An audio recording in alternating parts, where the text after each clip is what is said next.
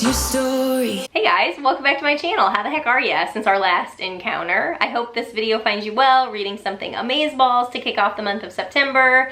My name is Kristin, and I just want to welcome you into my world of books. We are very quickly approaching what is my favorite time of year, which is fall, because fall brings with it all of the spooky, creepy, ghostly vibes that I absolutely love, and I thought it would be fun to compile a list of all of the spooky, creepy thrillers that are perfect for this time of year and share it with you guys. So that is what we're going to be doing today.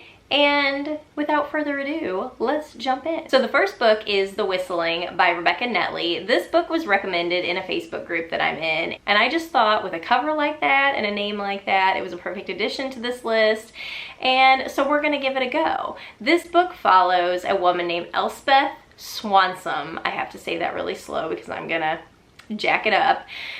She takes on the role as a nanny to this little girl named Mary. Now, Mary is a troubled child, and she has been troubled ever since the death of her twin brother, William. She has not spoken a word since his death. And I want to note that his death happened just days after their former nanny disappeared. I'm pretty sure that that little factoid right there would make me run for the hills and not want this job, but Elspeth apparently just needs a job, and so she's gonna go for it. So Mary is almost defiantly silent. Elspeth can't get anything out of her, and so she turns to the Islanders for help to get some information, see what the heck is going on with this family. No one is willing to help her. No one is willing to come forth and speak about anything that happened to William. And it says, with Mary defiantly silent, Elspeth turns to the Islanders, but no one will speak of what happened to William, just as no one can explain the hypnotic lullabies sung in empty corridors, nor the strange dolls that appear in abandoned rooms. Like, holy shit. Or the faint whistling that comes in the night. As winter draws in and passage to the mainland becomes impossible, Elspeth finds herself trapped.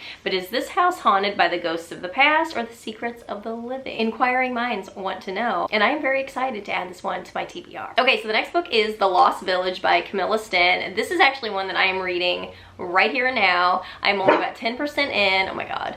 Every time, shut up. I'm only about 10% into this book right now, and so far so good. I just like the way that it's written. I like the storyline so far, and I'm so sorry about my dogs. It's garbage day today, so you know, they're on patrol. So this story follows a documentary filmmaker named Alice Lindstedt, and ever since she was a little girl, she has been obsessed with figuring out what happened to the residents of this old mining town. Back in 1959, one day they just all up and disappeared. And her connection to this is her grandmother, because her grandmother's whole entire family was living in this mining town at the time, and they disappeared as well. So she's just on a mission to figure out what happened in this town. She gets this film crew together, they go to this town, and they start setting up, filming things, investigating, and then some really spooky shit starts to happen. And it says, not long after they've set up camp, mysterious things begin to happen. Equipment is destroyed, people go missing, as doubt breeds fear, and their very minds begin to crack. One thing becomes startlingly clear to Alice. They are not alone, they're looking for the truth, but what if it finds them first? And I'm really enjoying this one right now. I'm hoping it continues that way, and I will keep you guys posted. Okay, so the next book is The Death of Mrs Westway by Ruth Ware. This book follows a woman named Hal, which I don't know if that is short for something or if that is her actual name or whatever. I'm not really sure at this point. But anyway, Hal receives this letter claiming that she has received a ton of money in this inheritance. She quickly realizes that the letter was sent to the wrong person. However, Hal is a tarot card reader, and she feels like she can use her skills to possibly claim this money for herself, even though she is the wrong person. So she finds herself at this woman's funeral who is, you know, apparently giving away all of this money, and it doesn't take her long to realize that this whole thing is not right, that there's something just very off about it, and the inheritance is at the center of this hot mess situation. And it says, full of spellbinding menace and told in Ruth Ware's signature suspenseful style, this is an unputdownable thriller from the Agatha Christie of our time. I mean, they're little reminders of Agatha Christie. You just cannot go wrong. This one has been on my TBR for a long time, and I'm very excited to read it this fall. Okay, so the next book is In a Dark, Dark Wood, also by Ruth Ware. There's a pattern here, and this one follows follows a reclusive woman named Lenora who, you know, obviously she doesn't go out much, stays in her house, but one day she receives this invitation to go to the English countryside for a weekend getaway with her friends. And she reluctantly agrees because, you know, doesn't get out much, doesn't know if she really wants to get together with a whole bunch of people. I feel you, Lenora, I get you, because sometimes the world is just too people-y for me and I like to stay inside my house too. She reluctantly agrees. She goes to the English countryside, gets together with these people, and it says, but as the first night falls, revelations unfold among friends, old and new, an unnerving memory shatters Lenora's reserve and a haunting realization creeps in. The party is not alone in the woods. So this has this creepy, alone in the woods, psychopath is stalking you type vibe, and I am totally there for it. Okay, so the next one is Craven Manor by Darcy Coates. I read one other book by Darcy Coates, The Haunting of Ashbourne House, and I have to say I was not thrilled by that book, but I wanted to give Darcy Coates another try because the premise behind this one sounded really, really interesting. So this story follows a guy named Daniel. He is desperate for a fresh start, new opportunities, new job. So when a mysterious figure slides a note under his door offering him the opportunity to become a groundskeeper at this ancient estate called Craven Manor, he jumps at the chance. He thinks it's too good to be true, but he still jumps because he's like, you know what, I need to get out of here, I need a fresh start, I need to do something different with my life, and this seems like a great opportunity to just do that. So he goes to Craven Manor, and when he gets there, he realizes that nobody has lived there in a very long while. It looks like something out of a gothic mystery horror novel, like the doors are falling off, everything is crumbling, it's a hot mess situation. He goes ahead, against his better judgment, moves into the groundkeeper's cottage, which I have to tell you is behind the family crypt, and if I'm gonna work there, like, you have to get me away from the dead people. There's no way that I would be able to stay in a cottage behind a crypt full of dead people. But Daniel does it because that's just who he is. And it says, but when a candle flickers to life in the abandoned tower window, Daniel realizes he isn't alone after all. Something awful happened here long ago, and it's a paranormal mystery Daniel is afraid to solve because Craven Manor is hiding a terrible secret, one that threatens to bury him with it. So I know this book is going to have paranormal vibes. I get it because Darcy Coates, I think that's just her thing. And I don't mind paranormal stuff. I love a good ghost story. It just has to be written in a certain way, I guess. I don't know. The Haunting of Ashbourne House didn't thrill me because it was kind of more of, I don't know, it was kind of more of like a zombie type Walking Dead vibe. And I just did not. I did not like that. And so I'm hoping this one is a tiny bit different. I mean, like I said, a good ghost story is always wonderful, especially around this time of year.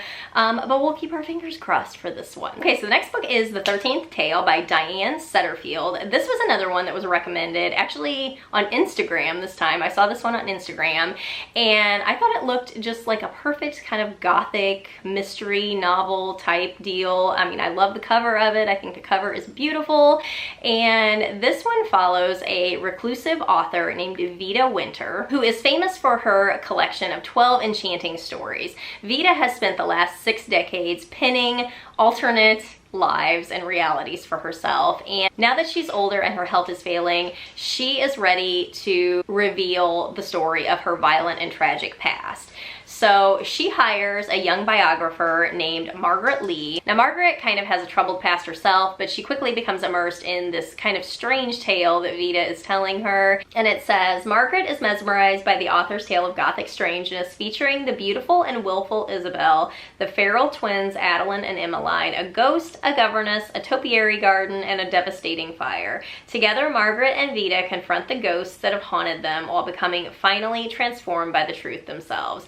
I heard that the writing in this is just absolutely beautiful. It says this book is eerie and fascinating, and although it's a little bit off of the beaten path from what I typically like to read, I am more than willing to give new things a try, and hopefully this one is a winner. Okay, so the next book is Bloodline by Jess Laurie. Jess Laurie actually has another book coming out. I listed it in my anticipated books video for the rest of 2022. I cannot remember for the life of me what the name of the book is, but this one has been on my bookshelf for a while now, Bloodline, and I think I already said that. And the unique thing about this book is that this tale is inspired by actual events. So I thought that was pretty cool. So this follows a pregnant journalist named Joan Harkin, who is ready to leave the big city life behind and settle down in her husband's small town in Minnesota. When she first gets there, she thinks the town is super inviting. It just seems like the perfect place to settle down with her family. However, she soon realizes that something is off about this picture-perfect village. The neighbors are almost like overly friendly to the point of intrusive. She feels like she's being tracked. There's this sinister secret that is kind of overshadowing this town about this boy who vanished decades ago. And it says her fiance tells her she's being paranoid. He might be right. Then again, she might have moved into the deadliest small town on earth. So I thought with this being a true story, I thought it would be interesting to read this one and see how it plays out and kind of see how it ties into the actual events that happen. The next book is Last Girl Ghosted by Lisa Unger. I love Lisa Unger so much. She's got another one coming out in November called Secluded Cabin Sleeps 6, and I am so excited to get that one on the day that it comes out. But this one is a book about a girl who met a guy on a dating app. They exchange pictures, they go on a date, she falls pretty hard for him, and then he just up and disappears. His profile is deleted, his phone is disconnected, and she's left there thinking like, what the hell? And right away she blames herself. She thinks, did I push too hard? Did I move too fast? You know, I think a lot of women feel that way sometimes. You know, we blame ourselves for things that really are not our fault. It's not supposed to be that way, but that is what happens. And so this girl is feeling like it might be her fault, but it says, soon she learns that there were others, girls who thought they were in love, girls who later went missing. She had been looking for a connection, but now she's looking for answers. Chasing a digital trail into his dark past and hers, she finds herself on a dangerous hunt, and she's not sure whether she's the predator or the prey. Lisa Unger always delivers, and I'm very excited about this one. You gotta be careful with online dating because you never know who's out there. There's some creepos out there, you know, and situations like this could happen, and I'm not prepared for it. So I'm very happy that I am not in the dating pool anymore, but this one looks like a good one. This one has been on my bookshelf forever and a day, and I thought it was a perfect addition to this list. All right, the next book is The Couple at Number 9 by Claire Douglas. I have actually got this into my Amazon cart. I'm going to purchase it today because I cannot wait any longer. This book looks so good. This book follows a pregnant woman named Saffron Cutler. She and her boyfriend Tom move into this house at 9 Skelton Place. So they get in there, they're totally remodeling the house. They're having these builders come in and do a bunch of work. And the builders find some human remains within the walls of the house. That's not something you want to find when you're remodeling a home. Forensic testing indicates that these bodies have been there well over 30 years. And so the police want to talk to the house's previous owner, which is Saffron's grandmother, Rose. She is currently in a nursing home with Alzheimer's, so it doesn't seem like she's going to be able to help the police that much. However, it does say that it's very clear that she remembers something. And it says, as Rose's fragmented memories resurface and the police dig even deeper, Saffy fears she and the cottage are being watched. What happened 30 years ago? Why did no one miss the victims? What part did her grandmother play? And is Saffy now in danger? I am so excited to read this one. I don't know, something about the title just gripped me, and I'm like, I have to read this one ASAP. Do you know what you feel me? Do you have books like that you're just like, I have to read this one, I have to get it? And so yeah, Amazon is going to be getting my money today. All right, the next book is called Wicked River by Jenny Milchman. This story follows a newlywed couple named Natalie and Doug Larson, and they thought it would be fun to spend their honeymoon miles from civilization in the middle of the Adirondack forest, which is like 6 million acres of nothing but wilderness. I don't know if that's where I'd want to spend my honeymoon. I'm thinking more of like a beachy type vibe, but anyway, to each their own, it's fun. It says, for the newlyweds, an isolated canoeing honeymoon seems ideal. A chance to start their lives together with an adventure. But just as Natalie and Doug begins to explore the dark interiors of their own hearts and the deceit that has led to their love, it becomes clear that they are not alone in the woods. 6 million acres makes it easy for the wicked to hide and even easier for someone to go missing for good. So there's some psychopath out there that wants to make sure they never leave. But it also makes you wonder, what secrets are they hiding? Because there's obviously something very sketchy going on with those two as well. Okay, so the next book is called The Woman in Black by Susan Hill, and I do not know how this book has remained off of my radar for so long. I just saw the other day where it was first written in like 1983. Like, where have I been? I don't know. I believe the edition that I'm getting is written in 2011. It follows a guy named Arthur Kipps. He is a London solicitor, which I guess also means kind of like lawyer. I mean, tell me if I'm wrong. I think that's kind of what it means. And he is sent to attend the funeral and settle the affairs of one of his clients named Alice Drablow. He believes that this is just going to be a routine kind of business stop. He doesn't expect it to take very long. He has no idea the tragic secrets that this house holds. Once he gets there, all these strange things start happening. And it says, the routine business trip he anticipated quickly takes a horrifying turn when he finds himself haunted by a series of mysterious sounds and images. A rocking chair in the deserted nursery, the eerie sound of a pony in trap, a child's scream in the fog, and the most terrifying of all, a ghostly woman dressed in all black. Psychologically terrifying and deliciously eerie, The Woman in Black is a remarkable thriller for the first rate. And I am totally there for all of that. This seems like the perfect ghost story to curl up, you know, on those days when it's dreary and rainy and cold and leaves are falling off the trees and all you want to do is curl up with a good book. This is gonna be the one. Okay, so the next book is The Girls' Weekend by Jodi Gehrman. This is a locked room mystery about a group of 5 college students who reunite for a baby shower on the San Juan Islands after a long time apart. It's very clear right from the get-go that they hold a lot of resentment towards each other. There's a lot of long-time grudges, and all of this stuff starts to resurface upon meeting again. The first morning there, they wake up, one of them has gone missing, the house is a wreck, and there's blood on the staircase. That is not a good start to this trip.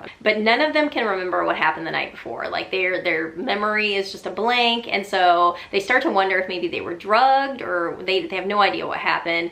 But this is a story where everyone is a suspect because all of them have their little secrets. All of them have kind of a shady like relationship with each other. They all have a motive for making, you know, some sketchy shit happen. And it says, this brooding atmospheric novel will keep you guessing as each twist reveals a new possibility. It will remind you of friendships hidden in the depths of your own past and make you wonder how well you really know the people you've loved the longest. And see, this is why I don't have a lot of friends, y'all, because I don't want to get murdered. I'm just saying. Okay, so the last 3 books that I'm going to mention to you guys, I have actually gone over these in more detail in a previous video, which if I can figure out how to do it, I will pop it up on the screen, like somewhere around here. But if I cannot figure that out, because, you know, if tech is not going to be my friend today, I will link it below. And you guys can go watch that one if you want to get more detail about these books. I just don't want to bore you with the same details that I went over in a previous video. So I'm just going to give you the name and the title and the author of these books, and then we can just move on from there. So the very first one is The Hollows by Mark Edwards, and just the name of this book, it definitely needed to be put on this list because you have to read a book called The Hollows in fall. There's just no other way around it. The second one is The Penpal by Dathan Auerbach, and I'm pretty sure I butchered that name now and in the previous video. This book is super eerie and twisted, and I have been waiting so patiently to add this book to my fall TBR because it just seems like it is the perfect read for this kind of creepy, dreary, spooky time of year. And the final book is The Road of Bones by Christopher Golden. This was recommended by another YouTuber that I watch as a really, really good horror book, and I thought it was perfect for this list as well. Okay guys, so that is a wrap. Those are some books that I feel would be perfect for the fall vibes and this time of year. If you have any others that you'd like to recommend, please comment below. And yeah, I will see you guys in the next video. Bye!